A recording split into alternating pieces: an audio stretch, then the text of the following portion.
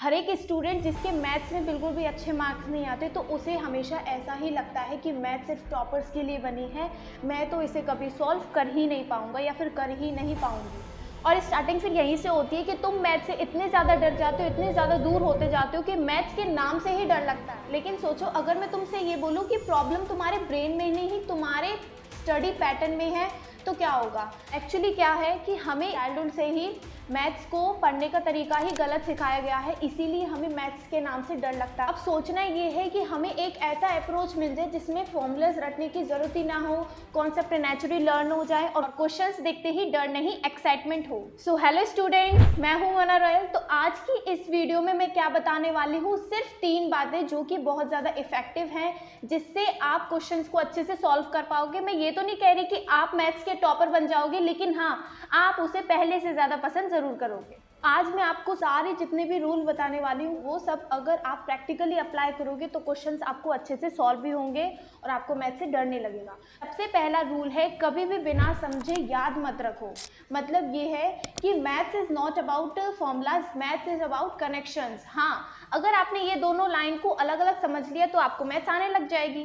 तो maths is not about formulas का मतलब है कि हम क्वेश्चन देखते ही बस ये सोचते हैं कि इसका फॉर्मूला क्या था और उसको लर्न करते हैं और आंसर कर देते हैं। लेकिन ये जो चीज़ होती है ये सिर्फ उसी टाइम के लिए होती है जब तक हमें फॉर्मूलेज लर्न है। अगर आप उसको मैथ्स को कनेक्शन के जैसे करोगे तो आपको फॉर्मूलेज लाइफ टाइम याद रहेंगे। स्टार्ट करते हैं। अब मैं आपको इसको प्रैक्टिकली बताने वाली हूँ। जैसे कि एरिया ऑफ रेक्टेंगल क्या होता है, ब्रेथ इनटू हाइट। इसमें कुछ थोड़ा सोचो, क्योंकि हमने लेंथ इनटू ब्रेथ पढ़ा है, तो ब्रेथ इनटू हाइट क्यों, इसमें भी थोड़ा लॉजिक है।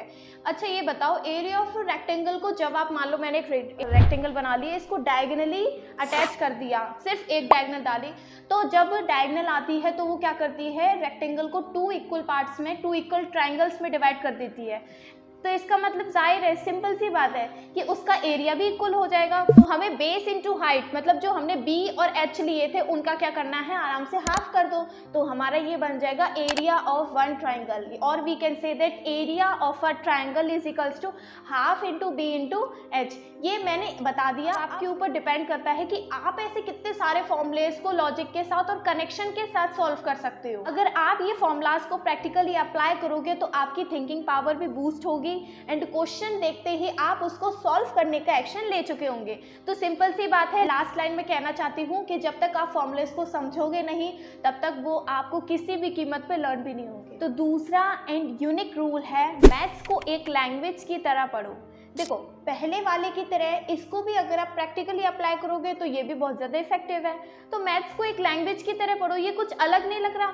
अलग इसमें ऐसा है कि इसमें आपको एक क्वेश्चन पूछना है। हाँ, जब आप क्वेश्चन स्टार्ट करने लग जाओगे सॉल्व करना, तो आपको स्टार्ट करने से पहले एक क्वेश्चन खुद से ये पूछना है कि वाई, आपको ये क्वेश्चन क्यों करना है, आप इसमें डिवाइड क्यों कर रहे हो, आप इसमें एलसीएम क्यों कर रहे हो। तो जब तक आप क्वेश्चंस नहीं पूछोगे तब तक आपको पता नहीं चलेगा कि मैं मैथ्स पढ़ ही क्यों रहा हूँ। हाँ, ये भी है।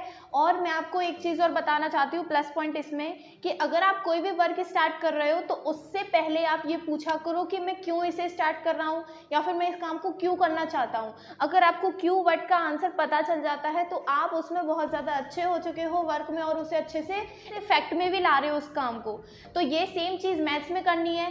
इसमें मैंने लैंग्वेज वर्ड का इसलिए यूज़ किया क्योंकि क्यों हमारे एक इंग्लिश वर्ड होता है जो कि अगर क्यों आपने किसी चीज़ से पूछ भी लिया तो उसके पीछे इतने सारे आंसर्स निकल के आ जाएंगे, देन आपको पता चल जाएगा कि मैं मैथ्स पढ़ ही क्यों रहा हूँ। इनफैक्ट अभी आप अपने आप से क्वेश्चन पूछो कि मैं मैथ्स क्यों पढ़ रहा हूँ, तो आपको बहुत सारे आंसर मिल गए होंगे और इसीलिए आप मैथ्स पढ़ रहे हो और यहाँ से आपका ब्रेन डेवलपमेंट होना स्टार्ट होता है और आप काम कर रहे होते हो। देन सेकंड क्वेश्चन आप ये पूछ सकते हो, अगर आपको क्यों में ही संतुष्टि नहीं हो रही है तो सेकंड क्वेश्चन है कैसे।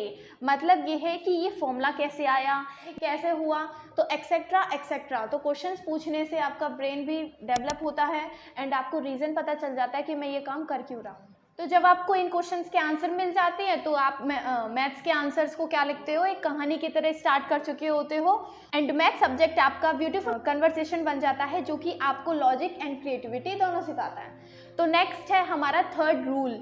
इसमें है कंफ्यूजन से भागो मत, उसे गले लगाओ या फिर उससे दोस्ती करो।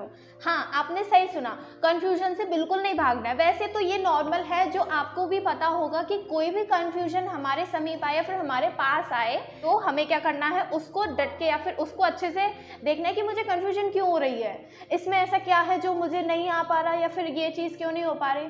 तो वैसे तो ये एक अच्छी बात है कंफ्यूजन आना, लेकिन कुछ बच्चे इसे नेगेटिव ले लेते हैं कि कंफ्यूजन हो गई मतलब मुझे क्वेश्चन ही नहीं आया समझ में। बट ऐसा नहीं है।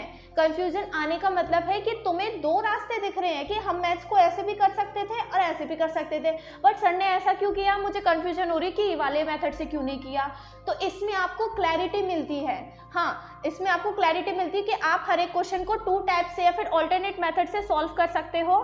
तो जब भी कंफ्यूजन आए तो उस मोमेंट को इग्नोर मत करो, उसे समझो, देखो और उससे दोस्ती करो, क्योंकि कंफ्यूजन ही वो स्टेज है जहाँ पर क्लैरिटी का रास्ता शुरू होता है। तो ये आपको लाइन याद रखनी है कि जब भी कंफ्यूजन आता है तो वो आपको smarter, clear thinker and stronger बना के ही जाता है। मैंने जो आपको 3 रूल बताए हैं, अगर आप उनमें से कोई भी रूल प्रैक्टिकली कंसिस्टेंटली अप्लाई करते हो किसी क्वेश्चंस में, तो आप बन चुके हो उन्हीं बच्चों में से जिन्हें मैथ्स अच्छी लगती है। देखो स्टूडेंट्स, जब तक ये वीडियो एंड होगी तब तक आप में मोटिवेशन तो होगा, लेकिन ये मोटिवेशन किसी काम का नहीं है अगर आप उसे लॉन्ग टाइम तक या फिर लाइफ टाइम तक यूज़ ना कर पाएँ। हाँ, मोटिवेशन देखने से नहीं आता, मोटिवेशन करने से आता है, किसी वर्क को स्टार्ट करने से आता है, एक्शन लेने से आता है। तो याद रखो, मैथ्स रटने से नहीं समझने से आती है। So don't just solve the maths, understand the story behind every number. मतलब मैथ को जस्ट सॉल्व मत करो, उसके पीछे की स्टोरी, एवरी नंबर की स्टोरी को समझो और उसे अप्लाई करो। तो कमेंट में ज़रूर शेयर करना कि इस वीडियो से पहले आप मैथ्स को कैसे पढ़ते थे, रटकर या फिर समझकर।